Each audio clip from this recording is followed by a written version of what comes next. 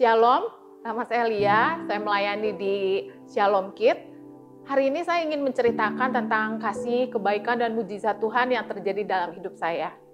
Hari itu Jumat 17 Maret 2023, jam 4:30 pagi saya bangun. Seperti biasa saya doa pagi jam 5. Waktu bangun saya merasa kaki saya itu lemes dan tangan saya itu berat. Lalu saya keluar kamar, terus saya coba jongkok. Waktu saya jongkok, saya udah nggak bisa berdiri lagi saat itu. Terus saya panggil suami saya, terus suami saya bangunin, angkat saya, terus saya dikasih minum air gula dan dibalur-balur peppermint oil gitu. Menjelang siang, keadaan saya tuh tambah memburuk.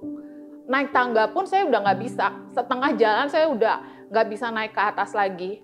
Hari itu juga kita ada janji dengan internis di Jalan Sunda jam 5. Jam 4 kita udah siap-siap buat pergi ke internis itu. Tapi hari itu Bandung tuh hujan besar banget. Jadi semua kalau hujan tuh pasti macet. Jadi janji kita mau ke internis, kita putusin buat pindah dokter. Kita jalan ke Kimia Farma Ciamplas, terus kita tanya ke satpamnya, ada internis enggak? Hari itu nggak ada internis di situ. Terus kita jalan lagi karena hujannya sangat besar dan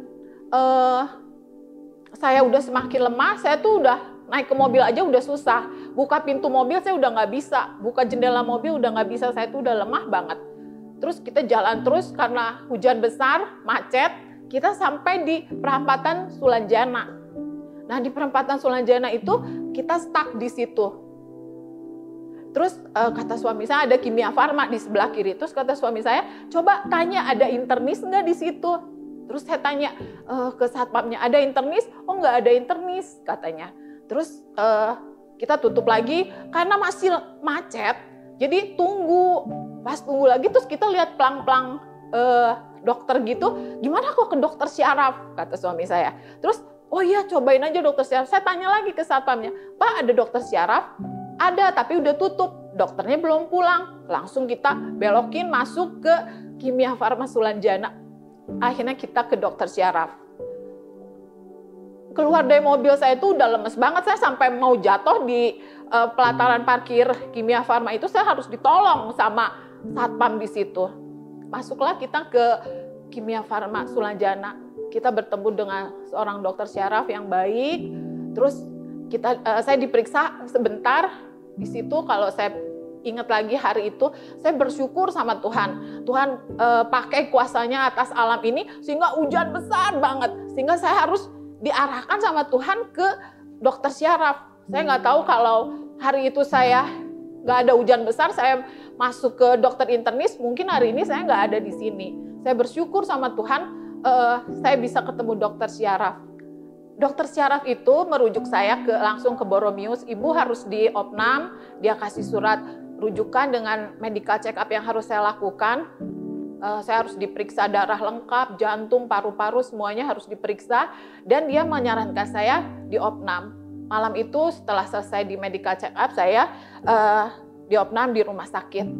Keesokan harinya, jam 12 siang dokter datang, terus dia kasih tahu saya kalau hasil check up saya itu bagus semuanya. Padahal saya berdoa, Tuhan tolong supaya hasil check up-nya itu ada yang jelek, supaya saya udah ketahuan penyakitnya dan cepat teratasi. Terus dokter menyarankan saya, Bu, gimana kalau Ibu periksa EMG katanya, pemeriksaan saraf. Terus langsung kita menyetujuinya periksa EMG. Dokter langsung telepon ke ruang EMG di bawah, ternyata jam 12.30 di rumah sakit itu EMG sudah tutup. Jadi kita harus tunggu sampai hari Senin. Wah, hari itu saya sebenarnya udah tambah buruk ya keadaan saya, udah melemah. Kaki saya tuh kalau saya tiduran tuh naik segini aja nggak bisa. Tangan saya udah tambah berat, untuk duduk saya harus ditarik, untuk jalan apalagi saya harus dibopong 2 orang.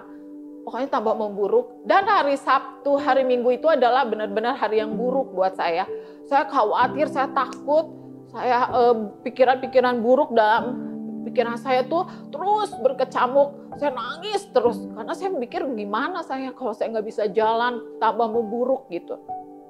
Tapi ternyata Tuhan baik. Tuhan kirimkan orang-orang untuk berdoa sama saya. Bapak Gembala, Pak Almon terus telepon sama saya. Teman-teman sepelayanan, teman-teman saya semua berdoa buat saya. Pada Sabtu Minggu itu mereka datang by WA, video call semuanya dengan doa-doa dan ucapan-ucapan yang menguatkan saya. Sehingga saya lebih dikuatkan. Tapi kalau malam saya benar-benar drop, saya juga takut. Sampai pada satu malam ketika saya nggak bisa tidur, saya nangis terus. Suami saya berdiri di ujung tempat tidur saya, terus dia bilang, Mami, emang Mami kenyataannya Mami sakit, kenyataannya Mami nggak bisa bergerak, tapi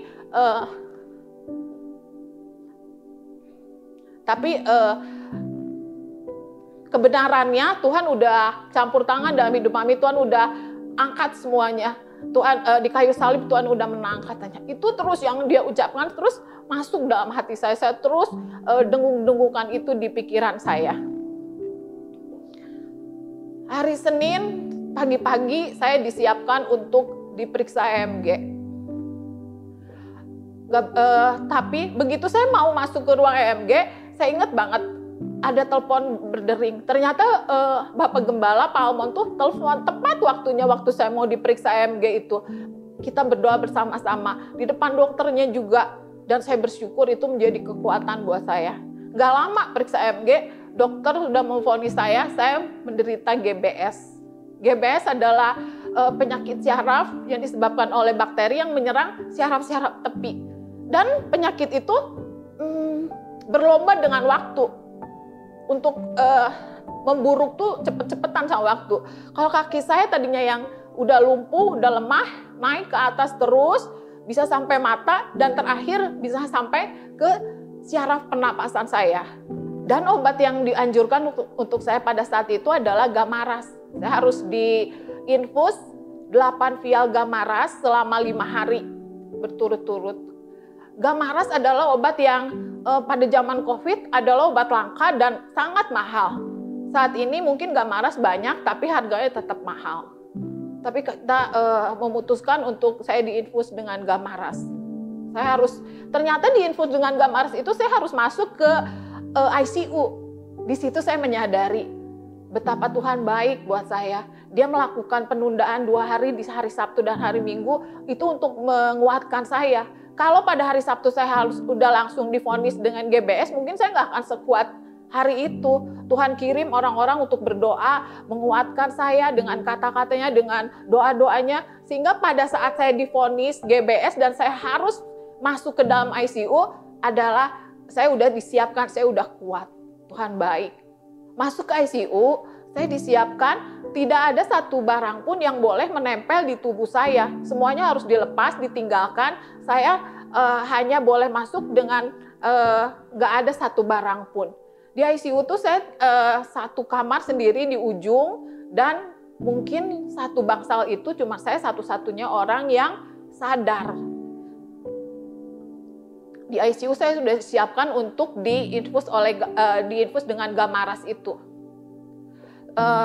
Karena Gamaras obat yang keras, maka harus ada monitor untuk apakah tubuh saya bisa menerima Gamaras itu. Saya udah dipasang monitor di jantung saya, udah dipasang infus, kateter, semuanya udah nempel, oximeter semuanya tuh, oksigen semuanya tuh udah harus nempel, wajib nempel di tubuh saya ketika saya menerima infus Gamaras. 8 vial 1 hari, saya menunggu setiap hari masuknya infus itu. Tapi ajaib Tuhan, selama di ICU saya nggak pernah merasa sedih lagi, saya nggak pernah nangis-nangis lagi, atau saya merasa kesepian, nggak ada sama sekali.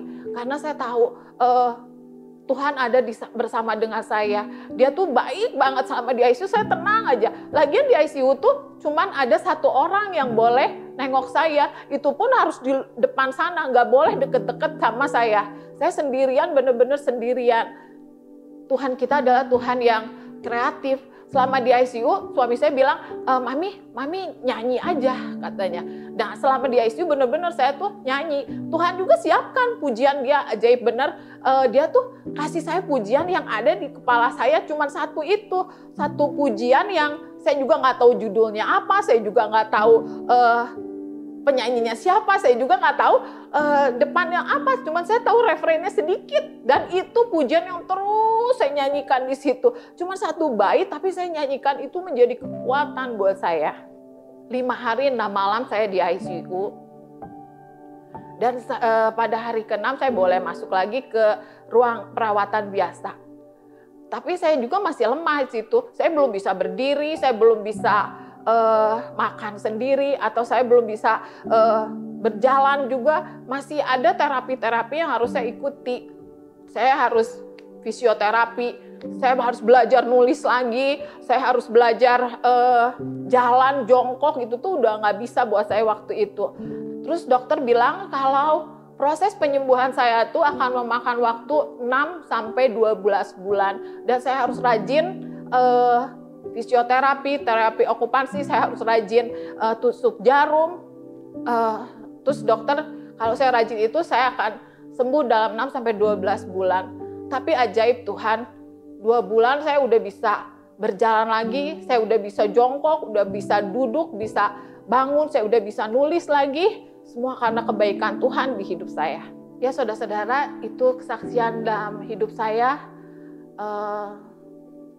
Satu yang saya ingat, kalau Tuhan udah menolong saya di tahun ini, mengapa harus khawatir untuk tahun yang akan datang?